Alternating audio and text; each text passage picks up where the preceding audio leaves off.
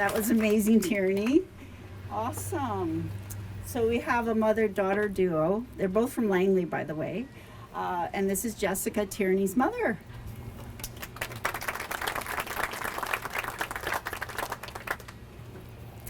All right, my name is Jessica Mosley. I am the mother of 2 dyslexic children, Tierney being one of them. Dyslexia BC is asking for a few things. Among them is early screening, a funded category, and access to structured literacy for students in British Columbia. So I'm going to discuss today the price that we paid for these items not being in place for Tierney.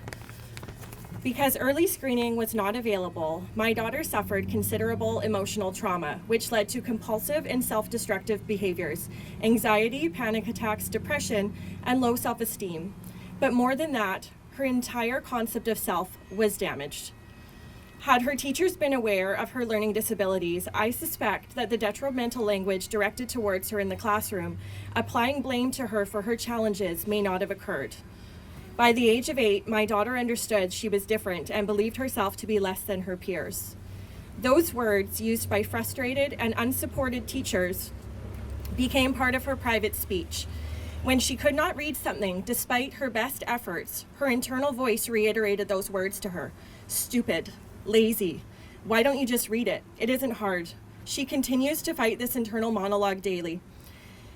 Because my daughter does not have a funded category, she is put in situations where her IEP is not followed and her accommodations are treated as negotiable. She must advocate for herself to her teachers and is often perceived as rude or indignant for insisting that she has the right to equal access to education. These exchanges cause her substantial anxiety. Our family has paid upwards of $100,000 supporting her education for expenses associated with her testing, remediation, lost wages, and any necessary assistive technology.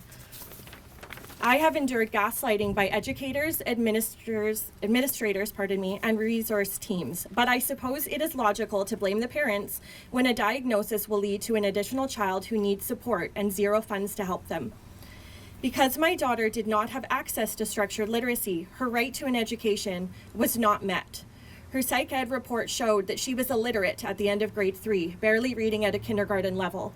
She was only offered balanced literacy remediation via the school system, which ultimately taught her how to guess the words instead of decoding them, further masking her stealth dyslexia.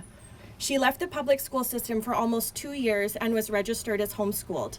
She missed out on 2 years of building relationships with friends and learning to navigate the social hierarchy.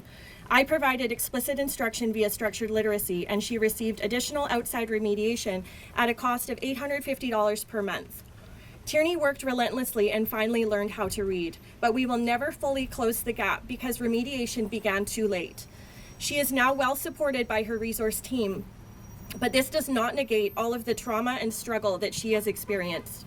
Tierney's story is not the exception. It is the reality for as much as 20% of the population who is dyslexic. For our children to thrive, they need early screening, a funded category, and structured literacy. Thank you.